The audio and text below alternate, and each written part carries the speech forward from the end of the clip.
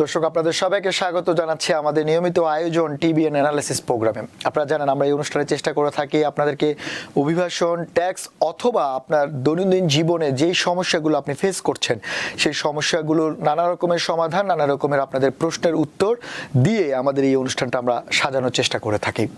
আর আমাদের এই অনুষ্ঠানের বিশেষত্ব হচ্ছে আপনারা চাইলেই সরাসরি আমাদের এই অনুষ্ঠানে যোগ দিতে পারেন। আমাদের টেলিভিশন স্ক্রিনে যে নাম্বার দেওয়া আছে সেখানে ফোন করে আপনি আপনার মতামত দিতে পারেন, প্রশ্ন রাখতে পারেন, অথবা আমাদের এই অনুষ্ঠান ফেসবুক পেজে সরাসরি সম্প্রচার হচ্ছে, সেখানেও চাইলে আপনারা আপনাদের মতামত দিতে পারেন।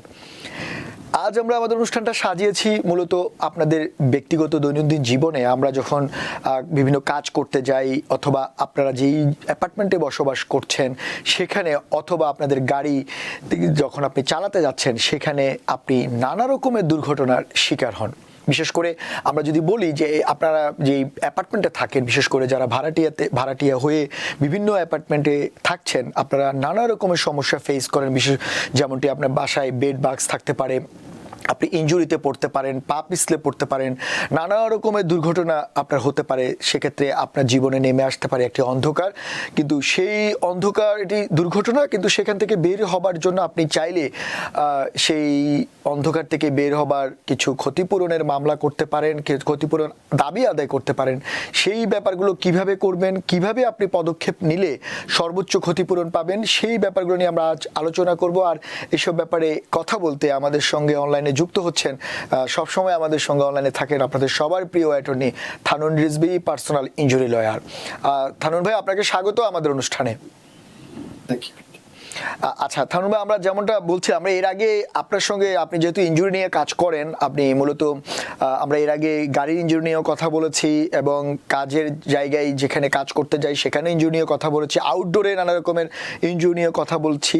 আজকেও আমরা হয়তো কথা বলবো, কিন্তু তার আগে আমরা একটু আজকে যেটা আমরা বিষয় নির্ধারণ করেছি যে আপনার যেখানে আপনি থাকছে অ্যাপার্টমেন্টে অনেকেই এই নানা রকমের সমস্যায় পড়ে, নানা রকমের ইনজুরিতে পড়ে, যেমন লিকেজ থেকে শুরু করে ফল ডাউন, বেড বাগস, অথবা আরও নানা রকমের সমস্যা আপনি ভালো বলতে পারবেন।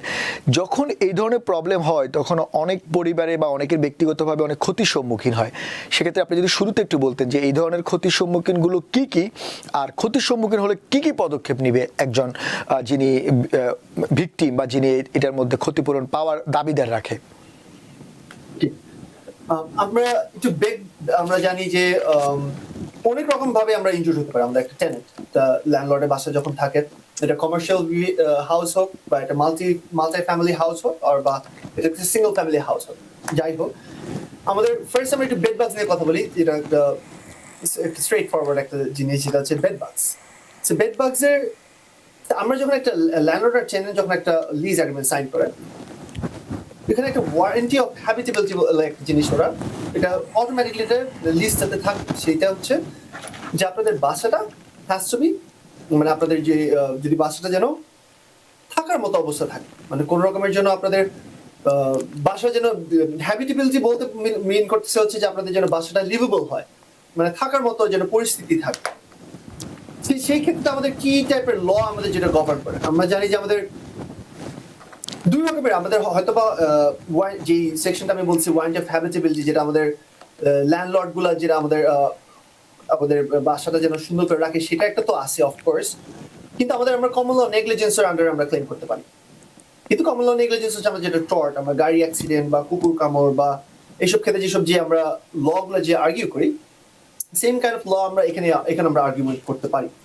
সো যদি বেড বাগস পাওয়া যায় বা বেড বাগসে যদি আপনার ক্ষতি হয়, আপনাদের যদি পার্সোনাল ইনজুরি হয়, ওই ক্ষেত্রে এটা তো একটা অফকোর্স একটা কোড ভায়োলেশন। এটা অফকোর্স একটা কোড ভায়োলেশন, যেটা হচ্ছে আপনাদের নিউ ইয়র্ক রিয়েল প্রপার্টি ল 235B যে লটা, সেটাতে আপনার একটা ব্রিচ, কিন্তু এই ব্রিচটা কিন্তু অটোমেটিকলি আমি কিন্তু ল্যান্ডলর্ডের এগেইনস্টে ক্লেম করতে পারবো না, বা ল্যান্ডলর্ডকে আমি সু করতে পারবো না। আমার কিছু আরো অ্যাডিশনাল স্টেপস নিতে হবে, বা টেনেন্টের কিছু অ্যাডিশনাল স্টেপস নিতে হবে ল্যান্ডলর্ডকে লায়াবল করার আগে। আমরা কি হতে পারে? So contract based damages for example, হ্যাঁ, আপনাদের হয়তোবা বেড বাগসের কারণে আপনাদের অবশ্যই আপনাদের তো পার্সোনাল ইনজুরিজ আছেই, কিন্তু আপনার যে আউট অফ পকেট যে আপনার যে টাকাগুলো আপনাদের খরচ হচ্ছে, আপনার যে মেডিকেল ট্রিটমেন্টের যে টাকা পয়সা যেগুলো খরচ হচ্ছে, এগুলোও ল্যান্ডলর্ডের আপনার পে করতে হবে। আর যদি এটা মাল্টি ফ্যামিলি হয়, যদি একটা অ্যাপার্টমেন্ট বিল্ডিং হয়, যে এটা কোনো পার্সোনাল কোনো প্রাইভেট কারো বাসা না যে আমি রেন্ট করছি, আমি এখানে বেড বাগস এর শিকার হলাম না। এটা যদি আমাদের একটা মাল্টিপল ডুয়েলিং, যেটা একটা অ্যাপার্টমেন্ট বিল্ডিং যদি হয়, ওই ক্ষেত্রে কিন্তু সেম ল গুলো অ্যাপ্লাই হবে। ওখানে হচ্ছে ডিফারেন্ট কোড, এটা হচ্ছে আমরা লোকাল হাউজিং কোড বা মাল্টিপল ডুয়েলিং কোড যেগুলো বলি, সেই কোডগুলোর ব্রিচ হচ্ছে যদি আপনার অ্যাপার্টমেন্ট বিল্ডিং এ যদি এই ক্ষতিটা হয়। ওই ক্ষেত্রে আমরা কি করতে পারি? ওই ক্ষেত্রে আমরা করতে পারি যে আমরা আগে ল্যান্ডলর্ডকে আমরা জানাবো, যে আমরা ল্যান্ডলর্ডকে আমাদেরকে লিখে জানাতে হবে যে আমরা কিন্তু একটা সমস্যা হচ্ছে। হ্যাঁ, ঠিক সেটা হচ্ছে আপনার টেক্সট মেসেজ হোক, বা আপনি যদি একটা আপনার ল্যান্ডলর্ডকে যদি আপনি রিকোয়েস্ট করেন যে তুমি তোমার লোকজনকে পাঠাও, তুমি এই তোমার এটা ঠিক করাও। সব যে কমিউনিকেশন গুলো হচ্ছে আপনাদের সাথে আপনাদের ল্যান্ডলর্ডের, মেক শিওর আপনাদের এটা কোথাও সেভ করা আছে জিনিসগুলো, কোথাও আপনাদের কাছে রাখা আছে, বা কোথাও আপনাদের যেন ফিউচারে যদি আপনি যদি একটা ক্লেম করেন বা কেস করেন হচ্ছে আপনার ল্যান্ডলর্ডের বিরুদ্ধে, কারণ আমরা জানি যে বেড বাগস তো অনেক রকমের হতে পারে। যদি অনেক বাজভাবে যদি বেড বাগস আমাকে কামড় দেয়, আর আমি যদি লাস্ট 6 or 7 months ধরে যদি আমি কন্টিনিউয়াসলি সাফার করতেছি, যেখানে আমি লিজ একটা অলরেডি সাইন করে ফেলছি ফর এ ইয়ার, তো এখানে তো আমি মুভ আউট করাও একটা ডিফিকাল্ট, আমি এখান থেকে ওই বাসাটা ছেড়ে চলে যাওয়াটা একটা ডিফিকাল্ট হবে। ওই ক্ষেত্রে ছবি, আপনাদের যদি কোনো যে এরিয়াটা আপনার কাছে মনে হচ্ছে যে হেভিলি ইনফেক্টেড, যেটা যে জায়গাটা আপনার মনে হচ্ছে যেই পোর্শনটা আপনার যে হেভিলি ইনফেক্টেড, ওইটার জন্য আপনি যদি ভিডিওস, ফটোস এইসব যদি রাখেন, এগুলোর জন্য আপনার খুবই খুবই খুবই ভালো হবে। তারপর যে আপনার যদি ইনফেস্টেশন যদি যখন আপনি ডিসকভার করলেন, বা যদি আপনার যদি কোনো কেউ এসে যদি এটাকে রিপেয়ার করলো, এটার ডকুমেন্টস আপনার কাছে রাখলে খুব ভালো। অফকোর্স আপনার তো মেডিকেল ট্রিটমেন্ট, তো আমরা তো পার্সোনাল ইনজুরি অ্যাটর্নিস, আমাদের মেডিকেল ট্রিটমেন্ট ছাড়া আমাদের কোনো কেস নাই। সো আপনাদের যদি মেডিকেল ট্রিটমেন্ট নেন, অফকোর্স এটা তো আপনার ল্যান্ডলর্ডের বিরুদ্ধে একটা প্রপার একটা ক্লেম হবে। কিন্তু যদি আপনারা যদি মনে করেন যে আমরা স্কার কেস করবো, কারণ বেড বাগস এর কোনো স্কার থাকে না, আমাদের ট্রিটমেন্ট করতে হবে। আমি খালি বেড বাগস নিয়ে এখন বলছি, কারণ আরো আমরা লিড পয়জনিং নিয়ে একটু কথা বলবো। হিটিং সিস্টেম যেটা সুন্দর মতো কভার করা না, ওইখানে আপনার বেবি বা আপনি নিজে ব্যথা পেয়েছেন, ওইটা নিয়ে আমরা কথা বলবো। আপনাদের বাসা ধরেন এসি আছে বা কিছু একটা ফিক্সচার আছে, যে ফিক্সচারটা খুলে পড়ে গিয়ে আপনাদের উপর ব্যথা পেলেন, সেটা নিয়ে আমরা কথা বলবো। কিন্তু আমরা ফার্স্ট আমরা বেড বাগস একটু শেষ করি। এভিডেন্স গুলো যখন ড্যামেজেস এর জন্য, যে আমি কিভাবে প্রুফ করবো আমাদের ড্যামেজেস, সো ওই ক্ষেত্রে তো আমাদের এভিডেন্সটা রাখার জন্য, মানে এভিডেন্সটা প্রিজার্ভ করা হচ্ছে খুবই খুবই খুবই ইম্পর্টেন্ট। আর যদি ল্যান্ডলর্ডকে আপনি হয়তো বা জানালেন, তো ল্যান্ডলর্ড হচ্ছে এক্সটারমিনেশন এফোর্টস নিল, যে এক্সটারমিনেট করার জন্য, যে এটাকে বেড বাগস গুলো যেন রিমুভ করতে পারে, এটার একটা ওরা স্টেপস নিল। ওই স্টেপসে আপনারা অফকোর্স কোঅপারেট করবেন ওদের সাথে। কারণ কি, আপনারা যদি এখন কোঅপারেট না করেন, তখন কিন্তু আবার একটা ল্যান্ডলর্ডের একটা ডিফেন্স হয়ে যায়, দেখো আমি আমার চেষ্টা করছি আমি ঠিক করার, কিন্তু টেনেন্টের কারণে কিন্তু আমি এটা ঠিক করতে পারিনি। তো এই ক্ষেত্রে কিন্তু আমাদের আপনারা অবশ্যই, যে যদি ল্যান্ডলর্ড যদি এটাকে ঠিক করার যদি কোনো স্টেপস নেয়, যদি ঠিক করতে আগ্রায় আসে, এই ক্ষেত্রে অবশ্যই আপনারা ল্যান্ডলর্ডের সাথে কোঅপারেট করবেন। আর ল্যান্ডলর্ড যদি তারপরেও যদি আপনাকে যদি এটা ঠিক না করে দেয়, তখন তো আপনাদের অফকোর্স আপনাদের হেলথ ডিপার্টমেন্ট আছে, লোকাল হেলথ ডিপার্টমেন্ট আছে, ওদেরকে আপনারা একটা ক্লেম করবেন, ওদেরকে আপনারা জানাবেন যে এই অবস্থা, তোমরা এসে এটাকে একটু ঠিক করো। আর যদি আপনাদের আউট অফ পকেট যদি আপনাদের পে করতে হয়, তখন ওই ক্ষেত্রে আপনার ল্যান্ডলর্ডকে আপনারা রিসিভ পাঠাবেন, যে দেখো আমি এক্সটারমিনেটর ডাকছিলাম, আমার কিন্তু এটা ঠিক করে দিয়ে গেছে, এখন তুমি আমাকে এটাকে রিইম্বার্স করো। আর এটা ল্যান্ডলর্ড এটা বাধ্য আপনাকে রিইম্বার্স করতে 100%। না থানুন ভাই, এটা তো আপনি বেড বাগস নিয়ে বললেন, পাশাপাশি যেমন সিঁড়িতে পড়ে যাওয়ার ব্যাপার থাকে, অনেকে সিলিং ফল, মানে সিলিং ভেঙে পড়ে, তারপরে পানির যে লাইন সেখানে সমস্যার কারণে অনেকে ফল ডাউন হতে পারে, তার মানে ইনজুরি বিভিন্ন প্রকারেরই হতে পারে। কিন্তু প্রশ্নটা হচ্ছে, আপনি যেমনটি বললেন যে কিছু পদক্ষেপের কথা, ছবি তোলা বা ল্যান্ডলর্ডকে জানানো, কিন্তু প্রশ্ন হচ্ছে এই যে ইনজুরির যে মাত্রা, সেটি আসলে নির্ধারণটা কিভাবে করেন? সেটা আপনারা যারা অ্যাটর্নিরা আছেন, আপনারা কিসের উপরে ভিত্তি করে, কি সার্কামস্ট্যান্সেসের উপরে ভিত্তি করে আপনারা এই ইনজুরির মাত্রাটা নির্ধারণ করেন? Great question. ইন মাই আমার এক্সপিরিয়েন্স লাস্ট আমি 5 বছর ধরে আমি ইনজুরি অ্যাক্সিডেন্ট কেসেস করি।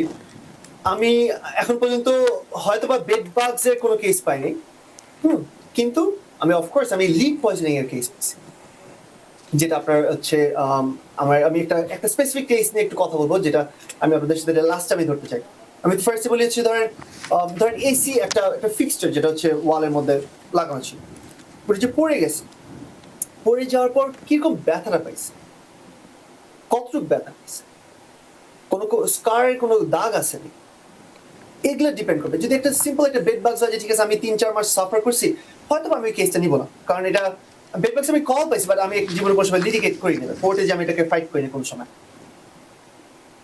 কিন্তু খালি তো বেড বাগস না, আপনাদের একটা হিটিং সিস্টেম, যেখানে আমি আমি আমার পার্সোনাল এক্সপিরিয়েন্স একটা কেস নিয়ে বলি, যে হিটিংটা সুন্দর মতো কভার করা ছিল না, ল্যান্ডলর্ডকে জানা হয়েছে, ল্যান্ডলর্ড এটাকে ঠিক করে নাই। তো ছোট বাচ্চা দুজন, 3জন বাচ্চা, 3জনই 3 দিনে ওরা ডিফারেন্ট ভাবে এই জায়গাটাতে ব্যথা হয়েছে।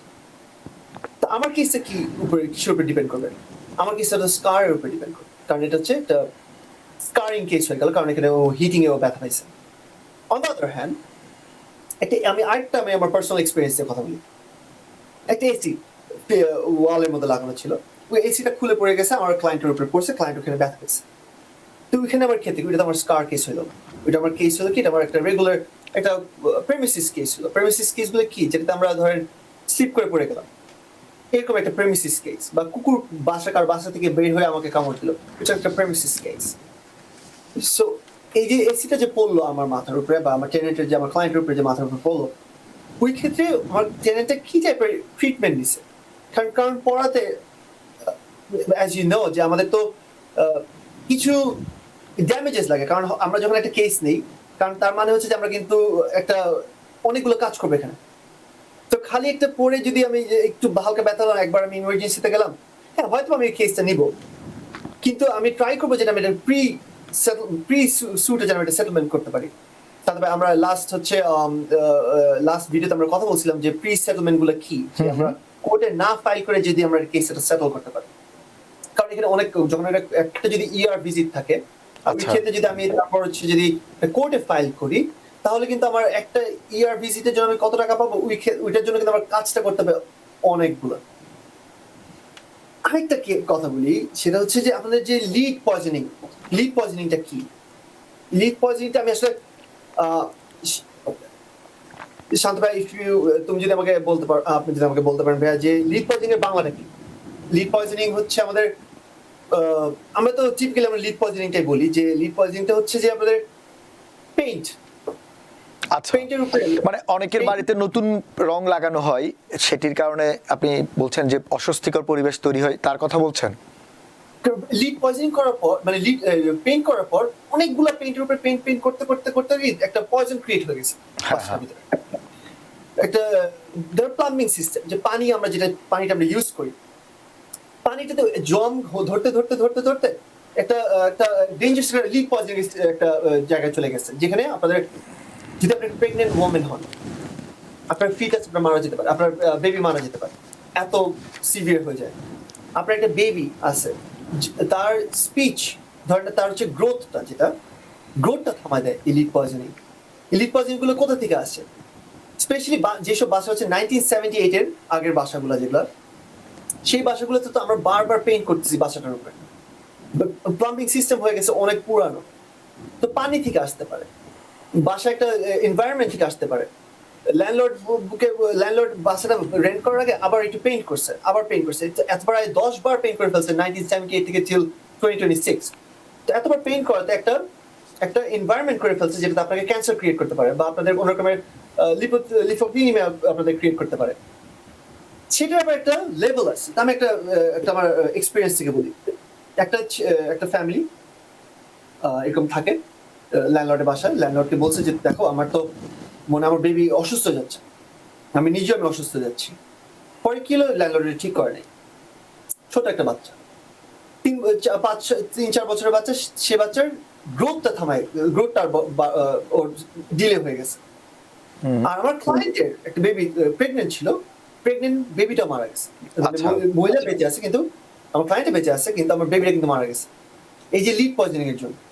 কিন্তু আমি বলবো যে লিড পয়জনিংটা হয়তো আমি স্পেসিফিক টার্মটা বলতে পারছি না বাংলায়, কিন্তু এটাই আপনাদের সবচেয়ে বেশি, যেটা সবচেয়ে ক্ষতিকর, সবাই এটা নিয়ে খুব সিরিয়াস থাকা উচিত, ইজ লিড পয়জনিং।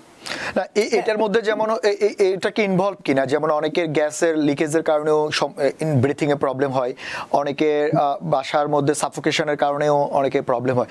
আমরা তো এই সমস্যাগুলো নিয়ে আপনি এতক্ষণ কথা বললেন, কিন্তু প্রশ্নটা হচ্ছে একজন ক্লায়েন্ট এই যে ক্ষতিপূরণ সেটি কিভাবে পায়, বা ইন্স্যুরেন্সের ব্যাপারটি একটু যদি ক্লিয়ার করতেন, যে ইন্স্যুরেন্সে ক্লেম করা সেটি কি মানে যে ক্লায়েন্ট কি ল্যান্ডলর্ডের বিরুদ্ধে মামলা করবে, নাকি তার ইন্স্যুরেন্সের পক্ষ থেকে টাকা চাইবে, কিভাবে এই জিনিসটা সমন্বয় হয়? Correct. আমরা হচ্ছে ইনজুরি অ্যাটর্নিস, সো দ্যাট মিনস যে আমরা হচ্ছে সবসময় যে আমরা ইন্স্যুরেন্সের এগেইনস্ট, আমরা পার্সোনালি কাউকে সু করতে চাই না আনলেস ইটস নেসেসারি, কিন্তু আমাদের কিন্তু সু করতে হয় কিন্তু ল্যান্ডলর্ডটাকে। আমরা কিন্তু ডাইরেক্ট ইন্স্যুরেন্স, যদি তার ইন্স্যুরেন্স কোম্পানি ট্রাভেলার্স হয় ফর এক্সাম্পল, আমরা কিন্তু ট্রাভেলার্সকে সু করতে পারবো না। আমরা সু করবো হচ্ছে ল্যান্ডলর্ডটাকে, মানে বাসার মালিকটাকে। সে তার ইন্স্যুরেন্স কোম্পানিকে ইনভলভ করবে,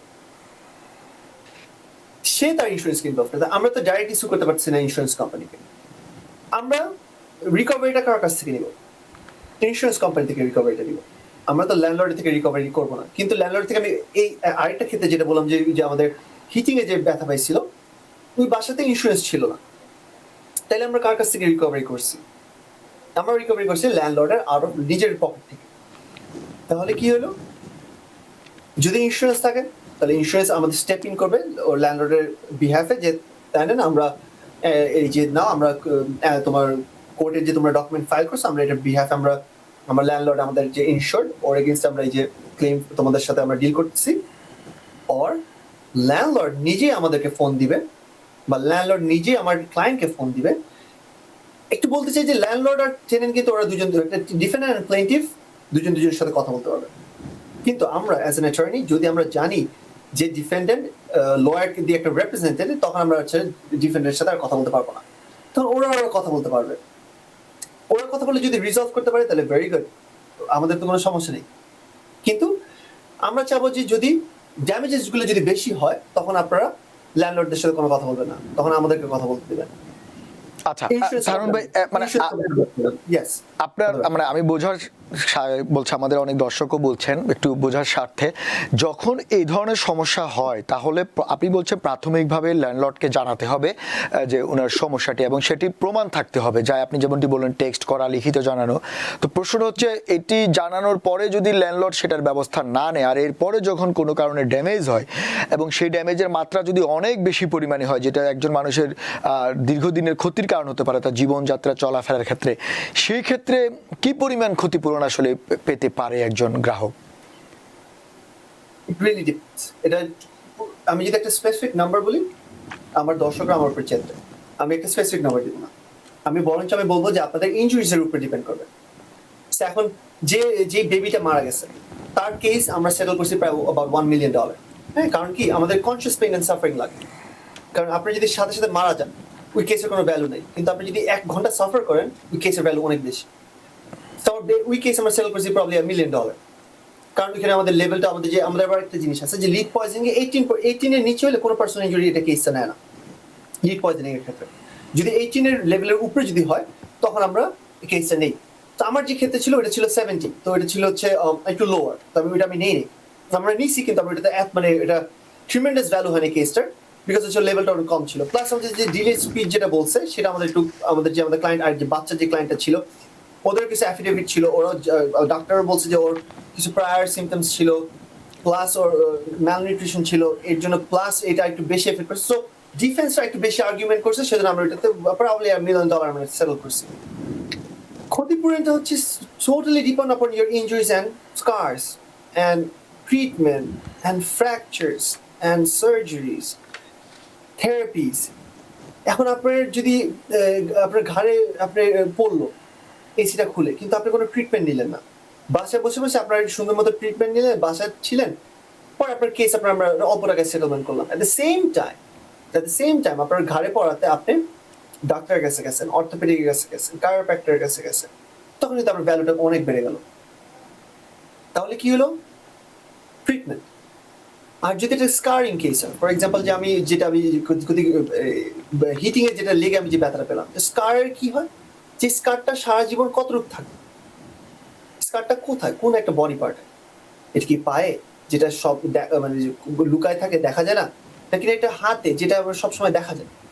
এগুলোর উপরে স্কার হচ্ছে আমরা দেখতে হবে যে এটা কি কতটুকু ভিজিবল, কতটুকু থাকবে, সারা জীবন কি থাকবে নাকি এটা চলে যাবে। আর যেটা হচ্ছে আপনার যে ব্যথা যেটা আপনার তো হচ্ছে ইনজুরি ট্রিটমেন্ট, আপনার যদি ট্রিটমেন্ট করেন আপনাদের ভ্যালু অনেক কেসে বেড়ে গেল, আপনার যদি ট্রিটমেন্ট না করেন আপনার ভ্যালু এটা কম, নো ম্যাটার আপনার যদি কোনো ফ্র্যাকচারও থাকে। হ্যাঁ অফকোর্স ভ্যালু তো আছে, কিন্তু ট্রিটমেন্ট হলে আপনাদের জিনিসটা আরো বেড়ে যায়।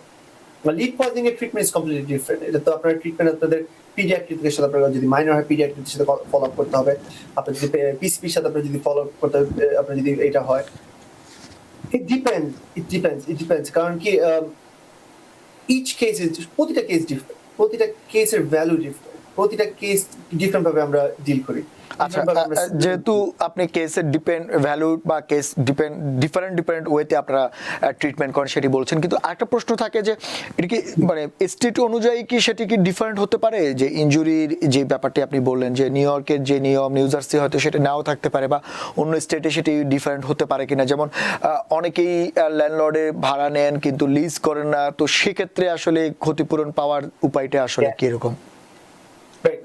সো যদি একটা মানুষ যদি লিজ যদি সাইন না করে, আমি আগে লিজেরটা কথা বলি, যে লিজ যদি কোনো সাইন না করে তাহলে আমি কিভাবে প্রুফ করবো যে এটা টেনেন্ট ছিল? আমার ক্লায়েন্ট যে ল্যান্ডলর্ডের যে টেনেন্ট ছিল এটা তো আমি প্রুভই করতে পারবো না। কিন্তু হ্যাঁ অফকোর্স আমি যদি অন্যভাবে প্রুফ করতে, আমি যখন কেসটা আমি কোর্টে নিয়ে যাব, যখন আমি তখন হয় কি প্রি সেটেলমেন্টটা হয় না, তখন এটা কোর্টে চলে যেতে হয়। এইসব যে ডিফেন্স গুলো যদি থাকে যে আমাদের কোনো লিজে কোনো এগ্রিমেন্ট ছিল না, আমার এসি ঠিক করার দায়িত্ব আমার ছিল না, আমার লিড পয়জনিংটা এটা জীবনে করে ডিসক্লেম করতে পারবেই না, কারণ হচ্ছে এটা যে হ্যাবিটেবিলিটি যেটা লটা যে আপনার যে ইমপ্লাইড করা আছে আপনাদের ওখানে ওরা ঠিক করাতে হবে। কিন্তু ধরে স্নো, বাসার সামনে স্নো ছিল, ভার্বালি ল্যান্ডলর্ড আর টেনেন্টের একটা এগ্রিমেন্ট আছে যে ল্যান্ডলর্ড স্নোটা ক্লিন করবে হচ্ছে সাইডবার বা ড্রাইভার, ল্যান্ডলর্ড করবে। লিজ এটা ভার্বালি হলো, এটা লিজে কোনো ছিল না। কি হলো, আমার টেনেন্ট ড্রাইভারে পড়ে গেল স্লিপ করে, তাহলে আমি এখন কিভাবে প্রুফ করবো যে এই রেসপন্সিবিলিটি কার ছিল? ল্যান্ডলর্ডের ছিল নাকি টেনেন্টের ছিল? আমার তো কোনো প্রুফ করার ওয়ে নেই। তা প্রুফ করার একটা ওয়ে আছে কি, আমাদের তখন প্রি সেটেলমেন্টে তখন আমাদের ইনস্টিটিউটে চলে যেতে হবে, তখন আমাদের ডিসকভারি করতে হবে, আমাদের ডেপোজিশন করতে হবে, পরে আমাদের ল্যান্ডলর্ডের মুখে থেকে টেকনিক্যালি মুখে থেকে বের করতে হবে যে দেখো হ্যাঁ হয়তো একটা লিজ এগ্রিমেন্ট ছিল না, কিন্তু আমাদের তোমার একটা ভার্বাল একটা এগ্রিমেন্ট ছিল, তুমি আগে 10 বার করছো, এই সপ্তাহে তুমি কেন করো নাই? এইসব অনেকগুলো কথা বলে টলে আমাদের ল্যান্ডলর্ডের মুখ থেকে তারপর বের করতে হবে। আচ্ছা আরেকটা জিনিস হচ্ছে যে on state wise right, personal injuries লয়াররা খালি যেই স্টেটে অ্যাডমিটেড সেই স্টেটের কথা বলতে হবে। এখন যদি আমি অ্যাডমিটেড থাকি হচ্ছে প্রবাবলি পেনসিলভেনিয়া আর মিশিগান রাইট, আমি কিন্তু নিউ ইয়র্ক স্টেটের লর ব্যাপারে আমি কিছু বলতে পারবো না, কারণ আমি প্র্যাকটিস করি হচ্ছে অন্য স্টেটে। সো ফর এক্সাম্পল আমি এখানে প্র্যাকটিস করছি নিউ ইয়র্ক স্টেটে, এখন মিশিগানের যে হাউজিং কোডগুলো আছে বা হচ্ছে residential lead base pain Hazard reduction act, কিছু তো আছে ফেডারেল ল, কিছু আছে ফেডারেল ল যে লগুলো পেনসিলভেনিয়াতে অ্যাপ্লাই হচ্ছে, নিউ জার্সিতে অ্যাপ্লাই হচ্ছে, নিউ ইয়র্ক স্টেটে অ্যাপ্লাই হচ্ছে। আবার কিছু আছে যে স্টেট স্পেসিফিক। আমাদের যেমন স্টেট স্পেসিফিক যেমন হচ্ছে real property, New York real property law, এটা হচ্ছে নিউ ইয়র্ক স্টেট অ্যাপ্লাই করবে, এটা কিন্তু পেনসিলভেনিয়াতে অ্যাপ্লাই করবে।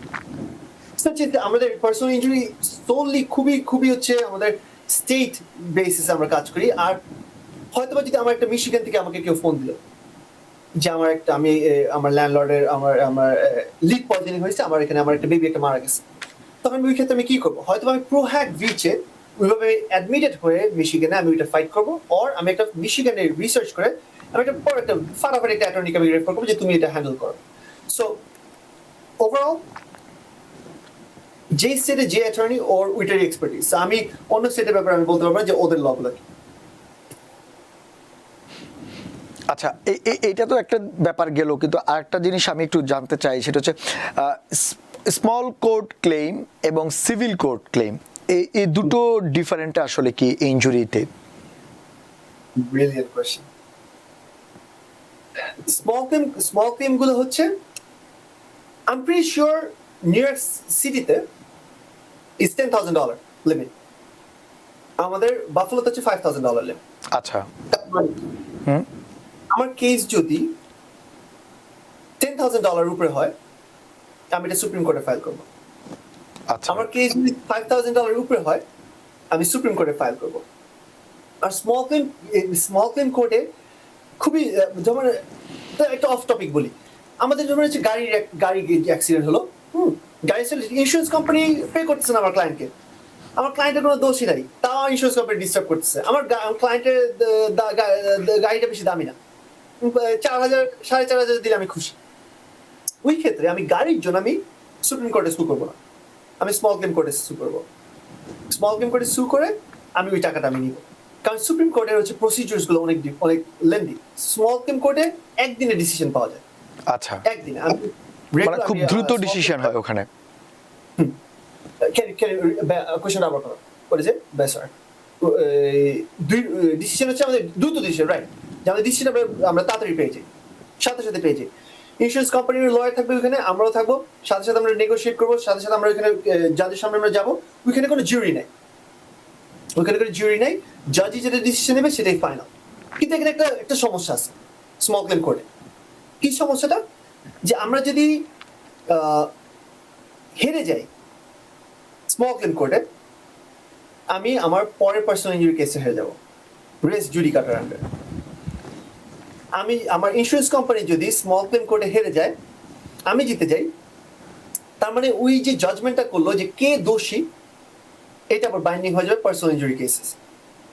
সো স্মল ক্লেম কোর্ট হচ্ছে অনেক বিজি থাকে, অনেক মানুষজন থাকে, একটা হেক্টিক একটা সিচুয়েশন থাকে ওখানে, কিন্তু মাঝে মধ্যে আমাদের করতে হবে আমাদের কিছু ক্লায়েন্টের জন্য।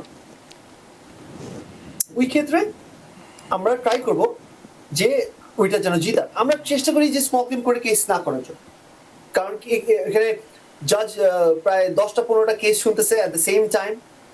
কোনো জাজ আপনার কেসের উপরে ফোকাস করতে পারছে না ঠিক মতো, যা এভিডেন্স পাচ্ছে ওইটার উপরে একটা ডিসিশন দিয়ে দিচ্ছে। সো আমরাও ট্রাই করি অ্যাভয়েড করা স্মল ক্লেম কোর্ট, ইন্স্যুরেন্স কোম্পানিও ট্রাই করেছে অ্যাভয়েড করা small claim court, but sometimes তো আপনারা জানেন আমাদের সু করতে হয়, এটা আমাদের কিছু ক্লায়েন্টের জন্য আমাদের সু করতে হবে, করেন।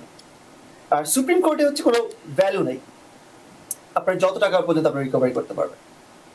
আবার ফেডারেল কোর্ট আছে। ফেডারেল কোর্ট কি, যদি আমি চাই তাহলে আমি ফেডারেল কোর্টে মুভ করতে পারবো, কিন্তু ভ্যালুটা হইতে হবে হচ্ছে $75,000। যদি $75,000 নিচে হয় তাহলে আমি কেসটা ফেডারেল কোর্টে ট্রান্সফার করতে পারবো না। আচ্ছা এই তিন।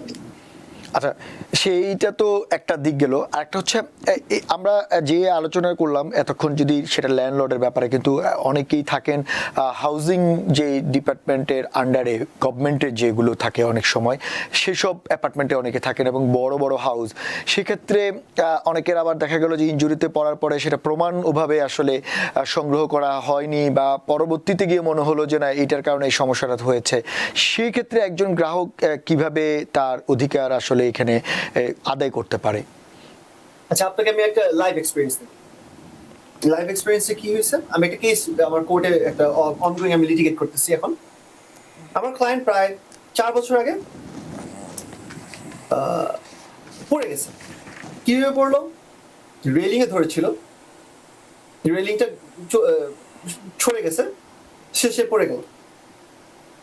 এখন ওই যে অ্যাপার্টমেন্ট বিল্ডিংটা ছিল, আগের যে ল্যান্ডলর্ড ছিল, আগের যে মালিকরা ছিল, সব চেঞ্জ, আর কেউ নাই। সো এখন যে আমার ক্লায়েন্ট যে পড়ে গেল, এটা তো কোনো ওয়েতে আমি প্রুফ করতে পারতেছি, কারণ আমি যে ডেপোজিশন করব ওই যে ল্যান্ডলর্ডের যে মানে অ্যাপার্টমেন্ট বিল্ডিং এর যে মালিকদের বা ম্যানেজারদের বা কেয়ারটেকারদের যে আমি ডেপোজিশন করবো, ওরা কেউই নাই।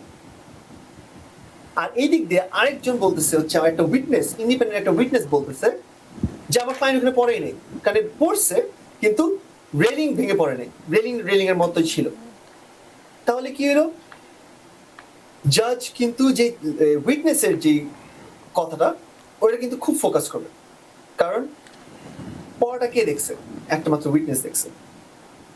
আমি যে আমার কেসটা প্রুফ করব, ল্যান্ডলর্ডের এগেইনস্ট আমি যে ডেপোজিশন করব, আমি যে কেয়ারটেকারকে ডেপোজিশন করব, আমরা যে ম্যানেজারকে ডেপোজিশন করব, ওরা তো কেউই নাই।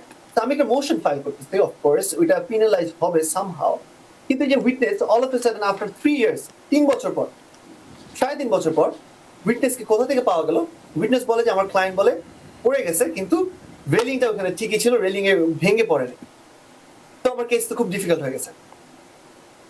আগে যদি কেসের ভ্যালুটা ছিল তো আমার $500,000, সাথে সাথে আমার কেসের ভ্যালু এখন হয়ে গেছে $50,000 বা $45,000 বা $30,000। এখন ইন্স্যুরেন্স কোম্পানি আমার কিছু পে করতে যাচ্ছে না, বলছে আমরা এখন ট্রায়ালে যাব। তো উইটনেস, যে কোনো রকমের ইনজুরি কেসে উইটনেস হচ্ছে সবচেয়ে ইম্পর্টেন্ট। কারণ একটা উইটনেস কিন্তু আপনারও না, উইটনেস কিন্তু ওই পক্ষেরও না, একটা ইন্ডিপেন্ডেন্ট উইটনেস। সেই ইন্ডিপেন্ডেন্ট উইটনেসের কথাগুলা অ্যাটলিস্ট জিউরিরা অনেক দাম দেয়। তা আপনারা যদি কোনো যেভাবেই আপনারা ব্যথা পান, আপনারা যদি পড়ে গিয়ে ব্যথা পান, গাড়ি অ্যাক্সিডেন্ট হোক, আপনাদের ল্যান্ডলর্ডের সাথে আপনাদের একটা সমস্যাতে আপনারা ব্যথা পাচ্ছেন, বা আপনার ল্যান্ডলর্ডের বাসার সামনে আপনার স্নো ক্লিন করেনি দেখে আপনি পড়ে গেলেন, লিজ এগ্রিমেন্টও নাই, ওই ক্ষেত্রে যদি একটা উইটনেস থাকে, আপনাদের কেস সুপার স্ট্রং। আচ্ছা, তো আপনার জি, তার মানে উইটনেসটি খুবই গুরুত্বপূর্ণ ব্যাপার আপনি বলছেন। আমাদের একজন দর্শক ফেসবুকে দেওয়ান মালিক, উনি জানতে চেয়েছেন, উনি হোম ম্যানেজমেন্টের নিকট বেশ কয়েকবার ওনার কিচেন লাগানোর জন্য রিকোয়েস্ট করেছিলেন, কিন্তু কোম্পানি লাগিয়ে দিচ্ছে না, কারণ হিসেবে বলছে অনেক দাম। ফলে রান্নার সময় তার ঝাঁঝালো গন্ধে অতিষ্ঠ হয়ে যখন দরজা জানালা খুলতে হয় তখন ওনার অনেক কষ্ট হয়, বিশেষ করে শ্বাস নিতে বা ব্রিথিংয়ে। সেক্ষেত্রে উনি কি আইনি কোনো সহায়তা নিতে পারেন কিনা, উনি ক্যালিফোর্নিয়া থেকে বলছেন। Very good. ব্রিদিং সমস্যা আমার ট্রিটমেন্ট লাগবে যদি আমি ইনজুরির জন্য কেস করতে চাই। কিন্তু অফকোর্স আমি যে ল্যান্ডলর্ডকে, যে আমি যদি local housing code, health department যদি জানানো হয়, তাহলে তোরা এসে ঠিক করে দিবে, 100% ঠিক করে দিবে। তারপর যদি সে নিজের টাকা দিয়ে যদি সে পে করে, সেই টাকাটা ল্যান্ডলর্ডের রেন্ট দেওয়ার সময় ক্ষেত্রে কেটে রাখলেই হবে। যদি কোন রকমের সমস্যা, আমি বলবো যে আমাদের টেনেন্টদেরকে যে আপনারা আপনাদের পয়সা দিয়ে ঠিক করবেন, ঠিক করে ল্যান্ডলর্ডকে বলে যে তোমরা এটা আমাকে রিইম্বার্স করো, ল্যান্ডলর্ড রিইম্বার্স করতে বাধ্য। আর যদি তারপর যদি ল্যান্ডলর্ড এটা রিইম্বার্স না করে, আপনাকে তখন আপনার স্মল ক্লেম করতে আমাদের আছে। অলওয়েজ স্মল ক্লেম করে আমরা অলওয়েজ এটা আমরা ফাইল করতে পারবো। কিন্তু আপনাকে আরেকটু ডিটেলস বলতে চাই, সেটা হচ্ছে কনস্ট্রাকটিভ নোটিস। সো আমরা তো জানি একটা কোড ভায়োলেশন হলে তো একটা কোড ভায়োলেশন করছে ল্যান্ডলর্ড, তাই না? কিন্তু এটা কিন্তু আমাদের লায়াবিলিটি প্রুফ করতেছে না। মানে আমার ল্যান্ডলর্ড কিন্তু আমি কেস করতে পারতেছি না, আমার স্টিল কিন্তু লায়াবিলিটি প্রুফ করতে হবে। লায়াবিলিটি প্রুফ করতে হলে কিন্তু যে duty of care, negligence, causation, damages আমাদের করতে হবে। কিন্তু একটা বড় একটা জিনিস আছে, সেটা হচ্ছে নোটিস। ল্যান্ডলর্ড অফকোর্স, ল্যান্ডলর্ডকে অবশ্যই নোটিস দিতে হবে যে তুমি এটা ঠিক করো। ল্যান্ডলর্ডের যদি এটা নোটিসই না থাকে, তখন কিন্তু ল্যান্ডলর্ড বলে যে আমার কাছে কোনো নোটিসই নাই, ওই নোটিসটা আমরা কিভাবে প্রুফ করবো? এই যে ল্যান্ডলর্ডের সাথে যে আমাদের টেক্সট মেসেজে বা যেভাবে আমাদের কমিউনিকেশন হচ্ছে যে প্লিজ এটা ঠিক করেন, এটা প্লিজ এটা ঠিক করেন, এটা প্লিজ ঠিক করেন, ওই ক্ষেত্রে কিন্তু আমাদের এই যে ডকুমেন্টস গুলা, এটাই সবচেয়ে বেশি ইম্পর্টেন্ট হবে আমাদের একটা কেসের জন্য। এটি আমি প্রুফ, এটি আমাদের constructive notice plus actual notice যে আমরা কিন্তু সাফার করছি, তুমি এটা ঠিক করো না। ওই ক্ষেত্রে এভিডেন্স, উইটনেসেস যত আমরা বেশি সংগ্রহ করে রাখতে পারবো, কারণ আমাদের এটা একটা গাড়ি অ্যাক্সিডেন্ট না যে আমি ট্রিটমেন্ট করলাম, আমার মেডিকেল রেকর্ডস, আমার সবকিছু আমার ফাইলে অলরেডি আছে। এগুলো হচ্ছে প্রেমিসিস কেসেস। প্রেমিসিস কেসেস গুলো জিতাও ডিফিকাল্ট। প্রেমিসিস কেসের এভিডেন্স গুলো আমাদের অ্যাজ এন অ্যাটর্নি, আমাদের থেকে আপনাদের বেশি আপনাদের হেল্প লাগে, আপনাদের কাছ থেকে আমাদের বেশি জিনিসপত্র লাগে। গাড়ি অ্যাক্সিডেন্টের কথা আমি সব ইন্স্যুরেন্স কোম্পানি থেকে সবকিছু নিয়ে নিতে পারবো, আপনার কাছ থেকে আমার কিচ্ছু লাগবে না। কিন্তু একটা প্রেমিসিস কেসে আপনারা যত আমাকে ডিটেলস দিতে পারবেন, যত আপনার ইনজুরি অ্যাটর্নি থেকে আপনাদের ডিটেলস দিতে পারবেন, ততটা বেশি, ততটা স্ট্রং আপনাদের কেসটা হবে। So on a premises case আপনাদের বেশি দায়িত্ব, গাড়ি অ্যাক্সিডেন্টের ক্ষেত্রে আমাদের বেশি দায়িত্ব। আচ্ছা, সেটা তো গেল, কিন্তু আসল যে ব্যাপার সেটি হচ্ছে প্রাইভেসির ব্যাপারটি অনেকেই এখানে আমাদের দর্শকও জানতে চেয়েছেন। অনেকে এই ধরনের মামলা করতে চায় বা এই ধরনের সাফার হচ্ছে, বিশেষ করে হিটিংয়ের প্রবলেম, তারপরে ফেন্সিংয়ের প্রবলেম, সিঁড়ির প্রবলেম, কিন্তু যেহেতু ল্যান্ডলর্ডের সঙ্গে দীর্ঘদিনের সম্পর্ক, সেক্ষেত্রে একটা ব্যক্তিগত গোপনীয়তারও একটা ব্যাপার থাকে। এটা আসলে মামলা করার পরে আসলে পদক্ষেপগুলো কি হয় এবং এই গোপনীয়তাটা আসলে কিভাবে রক্ষা করা যায়? একটা আইএসও সার্চ, মানে যদি আমরা গাড়ি অ্যাক্সিডেন্ট হয়, আমরা যদি একটা ক্লেম করি বা ল্যান্ডলর্ডের বিরুদ্ধে যদি আমরা একটা ক্লেম করি, সেটা হয়তো আইএসও সার্চে আসবে না। আইএসও সার্চ হচ্ছে যেটা হচ্ছে ইন্স্যুরেন্স কোম্পানি একটা সার্চ করে পাবলিক রেকর্ড, ওইখান থেকে বের করা যায় যে থাননের কতগুলো গাড়ি অ্যাক্সিডেন্ট আছে, কতগুলো ক্লেম আছে। একটা প্রেমিসিস কেসে ওটা ল্যান্ডলর্ড আসলে এটা আইএসও সার্চে হবে না।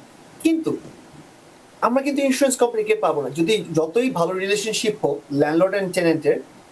আমি যদি ল্যান্ডলর্ডকে একটা লেটার না সেন্ড করি আর ওই লেটারটা যদি ল্যান্ডলর্ড তার ইন্স্যুরেন্স কোম্পানিকে না দেয়, তাহলে কিন্তু আপনার কোনো কেস। আচ্ছা আমি জানি আপনার একটা ভালো সম্পর্ক হয়ে গেছে ল্যান্ডলর্ডের সাথে, কিন্তু যখন আপনার চিন্তা করবেন যে আমি একটা ক্লেম করব বা আমি একটা কেস করব, তখন কিন্তু আমি অ্যাটর্নি হিসেবে কিন্তু আমার কিন্তু একটা লেটার সেন্ড করতে হবে। নাহলে আমি ইন্স্যুরেন্স কিভাবে জানবো যে আপনার ইন্স্যুরেন্স কোম্পানিটা কে? আমার তো ল্যান্ডলর্ড ইন্স্যুরেন্স কোম্পানি জানার কোনো উপায় নেই। হ্যাঁ, আমরা মর্গেজ আমরা ট্যাক্স পেয়ারের যেগুলো আমাদের ওয়েবসাইট আমরা বাই করতে পারি যে এটা কি ফাইন্যান্স বাসা, এটা কি মর্গেজ বাসা, এখানে কি কোনো ব্যাংক এখানে ইনভলভ আছে না, কিন্তু ওইসবে কিন্তু ইন্স্যুরেন্স কোম্পানি দেওয়া থাকে না। আরেকটা জিনিস বলি, কেস এখন কোর্টে চলে গেছে, এটা তো পাবলিক ডকুমেন্ট নাই স্যার, যে কেউ ঢুকে বের করতে পারবে যদি আপনারা জানেন কিভাবে বের করতে হয়। সো কনফিডেন্সিয়ালি একটা সমস্যা, কিন্তু আপনার রিলেশনশিপটা ঠিক থাকবে না যদি আপনারা সু করতে চান ফর ইনজুরিজ আপনার ল্যান্ডলর্ডকে। কারণ এট the end of the day আমি ওই লেটারটা সেন্ড করবো ল্যান্ডলর্ডকে, আর ল্যান্ডলর্ডের ইন্স্যুরেন্স পাওয়ার কোনো উপায় নেই আনলেস ওই ল্যান্ডলর্ড নিজে সেই লেটারটা তার ইন্স্যুরেন্স কোম্পানিকে দেয়। আর যখন এটা কোর্টে চলে যাবে, তখন তো এটা হচ্ছে আপনাদের ওয়েবসাইটই থাকবে। ওয়েবসাইটে আমাদের যে কোর্টের যে ডকুমেন্টগুলো থাকে, নাইসেফ আমরা বলি, সেখানে তো আপনার হচ্ছে থাকবেই যে আপনি সু করছেন আপনার ল্যান্ডলর্ডকে। আচ্ছা, একটি তো হচ্ছে আমরা একটা পার্সোনাল ব্যক্তি, যেটাকে আমরা প্রাইভেট হাউস ল্যান্ডলর্ড বলছি, তারা হয়তো ভাড়া দিলে আপনি সেটা বলতে পারছেন, কিন্তু যারা হাউস অথরিটি বা বড় রিয়েল এস্টেট কোম্পানি, যে হাউজিং ডিপার্টমেন্ট বা যে বাসাগুলো রয়েছে, সেখানে আসলে কার বিরুদ্ধে মামলাটা হবে? Great question. আমাদের অনেক কেস আছে এগেইনস্ট মিউনিসিপ্যালিটি, কারণ হচ্ছে অনেক বাসা ইজ মানে owned by municipality, run by municipality, তো আমরা স্টেট আমরা মিউনিসিপ্যালিটি এগেইনস্ট আমরা ক্লেম করব। কিন্তু ওই যে মিউনিসিপ্যালিটি এগেইনস্ট কিন্তু আমরা লাস্ট ভিডিওতেও কথা বলেছিলাম যে আমাদের কিছু স্টেপস নিতে হয় 90 ডেজ এর মধ্যে, statute of limitation com. Same যে আমরা এখন যদি একটা গার্বেজ ট্রাককে দিয়ে আমি যদি ব্যথা পাই, সেম প্রসিজার্স একটা মিউনিসিপ্যালিটি গেছে। সেম আমার যদি আমি এখন একটা জায়গা আমি যে পড়ে গেলাম একটা অ্যাপার্টমেন্ট বিল্ডিং এ, আর এটা ওন্ড বাই দ্য মিউনিসিপ্যালিটি, তাহলে কিন্তু আমার সেম প্রসিজার্স গুলোই আবার নিতে হবে। আচ্ছা, আর যদি বড় কোনো কোম্পানি হয়, সেম আমরা তো এট the end of the day কিন্তু আমরা বড় কোম্পানির সাথে তো কিন্তু আমরা ডিল করতেছি না, আমরা ডিল করতেছি কার সাথে? বড় কোম্পানির ইন্স্যুরেন্স কোম্পানির সাথে। সো ওদেরকে আমরা লেটার সেন্ড করব, ওরা পরে তাদের মানে মূলত হচ্ছে একই রকমই প্রসেস, সেটা হাউজিং অথরিটি হোক অথবা ব্যক্তিগত ল্যান্ডলর্ড হোক। আমাদের সময় খুবই কমে আসছে থানুন ভাই, তারপর একটু দ্রুত একটা প্রশ্ন নিতে চাই। ফাহিম আহমেদ নামে একজন বলছেন, ওনার পরিচিত একজন অ্যাপার্টমেন্ট বিল্ডিং এর থেকে 2 বছর আগে সিঁড়ি থেকে নামার সময় গোড়ালিতে প্রচন্ড ব্যথা পায়, ডাক্তারের কাছে যায়, স্পেশালিস্টের কাছেও যায়, ডাক্তার তাকে বিশেষ জুতা পরতে বলে এবং সেটি পরছেন, কিন্তু উনি বেশ সমস্যায় ভুগছেন এখন। উনি কি কোনো আইনি ব্যবস্থা নিতে পারেন কিনা, আপনি যদি একটু সংক্ষেপে বলতেন। 100%, হ্যাঁ, কিন্তু এট the end of the day আমাদের কিন্তু নেগলিজেন্স প্রুফ করতে হয় যে কেন পড়ছিল। স্লিপ এখানে কি পানি ছিল, যেটা হচ্ছে একটা কমন। কারণ কি, যখন যেসব বড় বড় অ্যাপার্টমেন্ট বিল্ডিং গুলো আসছে, যেসব অ্যাপার্টমেন্ট বিল্ডিং আমরা যেগুলো বলি, কমন প্লেস গুলো ঠিক রাখার দায়িত্ব কিন্তু 100% ল্যান্ডলর্ড, 100% হচ্ছে মেইনটেনেন্স যারা করে ওখানে। সো অবশ্যই যে যদি আপনার যদি এখানে স্লিপ করে পড়ে যান, কেন পড়ছেন? যে রেলিং এর সমস্যা ছিল, পানি ছিল, কিছু একটা আমার নেগলিজেন্স লাগবে। যে আপনি যদি নিজের ভুলে যদি আপনি যদি স্লিপ করে পড়ে গেলেন, তখন কিন্তু কোনো কেস হয় না। কারণ কি, আমরা হচ্ছে এগেইন বলবো যে আমরা হচ্ছে ইনজুরি অ্যাটর্নি, আমরা কেস করে হচ্ছে নেগলিজেন্সের জন্য। যদি ল্যান্ডলর্ডের কোনো নেগলিজেন্স না থাকে, তখন কিন্তু ওই কেস আমরা জিততে পারবো না, আপনাদের জন্য খুব ডিফিকাল্ট হবে। সো ল্যান্ডলর্ডের একটা নেগলিজেন্স, আমি ভাইকে বলতে চাই যে আপনাদের যদি এখানে পানি ছিল বা ক্র্যাক ছিল, বাস আমাদের অনেকগুলো এক্সপার্ট আছে যে আমরা যে সিঁড়ির যদি লেভেলটা একটু ডিফারেন্ট ছিল, বেশি বড় ছিল, দরজাটা খোলার সাথে সাথে হচ্ছে আপনার নামার যে জায়গাটা, ওখানে আপনার নামার কোনো উপায় নেই, দরজা খুলে আপনার সাথে সাথে ব্যাক একটা স্টেপ নিতে হচ্ছে। তো এইসবগুলো অনেকগুলো factors, at the end of the day আমাদের নেগলিজেন্স প্রুভ করতে হবে। Without negligence there is no. তার মানে বাংলায় বলতে গেলে যদি ল্যান্ডলর্ডের কোনো অবহেলা থাকে, সেটি খুবই গুরুত্বপূর্ণ, সেটি হচ্ছে ব্যাপার। খানুন ভাই, আমাদের সময় একেবারে শেষে। আমাদের একজন দর্শক বারবারই মেসেজ দিচ্ছিল, কিভাবে আপনার সঙ্গে কন্ট্যাক্ট করবে সেই ব্যাপারটা উনি জানতে চাচ্ছিল। আমার ফোন নাম্বার হচ্ছে 716-533-0747। আপনাদের জন্য আমি 24 ঘন্টা অ্যাভেলেবল ইনশাআল্লাহ। আপনি যদি একটু আবার বলতেন। 716-533-0747।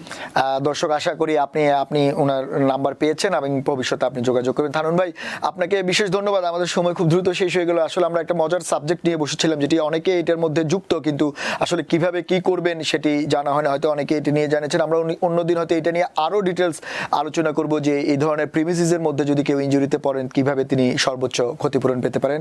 আপনাকে আবারও বিশেষ ধন্যবাদ এত রাতে আমাদের সঙ্গে যোগ দেওয়ার জন্য। Thank you so much. দর্শক, সেই সঙ্গে আপনাদেরও বিশেষ ধন্যবাদ এতক্ষণ আমাদের সঙ্গে থাকার জন্য। আসলে দুর্ঘটনা কারোরই প্রত্যাশিত নয়, এটি অপ্রত্যাশিত বলে কয়ে আসে না, কিন্তু তারপরেও আপনি যদি কোনো দুর্ঘটনায় পড়েন অবশ্যই আপনি আপনার ক্ষতিপূরণ পেতে পারেন। যদিও বা এই ক্ষতিপূরণ আপনার দুর্ঘটনার সঙ্গে কিছুই না, তারপরেও আপনার পরবর্তী জীবন ধারণের জন্য এটি সহায়ক ভূমিকা পালন করতে পারে। তবে সবচেয়ে বড় যে কথা সেটি হচ্ছে জীবন চলার পথে সতর্ক থাকেন, যাতে দুর্ঘটনায় না পড়েন। সেভাবেই পথ চলবেন, সেভাবেই জীবন চালাবেন, সেভাবেই সতর্ক থাকবেন। সতর্কতার কোনো বিকল্প নেই। আজ এ পর্যন্তই। অন্যদিন অন্য কোনো বিষয় নিয়ে আপনাদের সামনে আবারও হাজির হব। ততক্ষণ আমাদের সঙ্গেই থাকুন।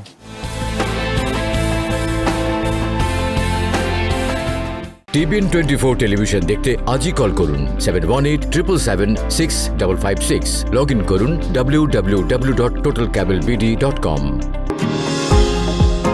নিউ ইয়র্ক থেকে সম্প্রচারিত TBN 24 টেলিভিশন বিশ্বজুড়ে বাঙালির কণ্ঠস্বর।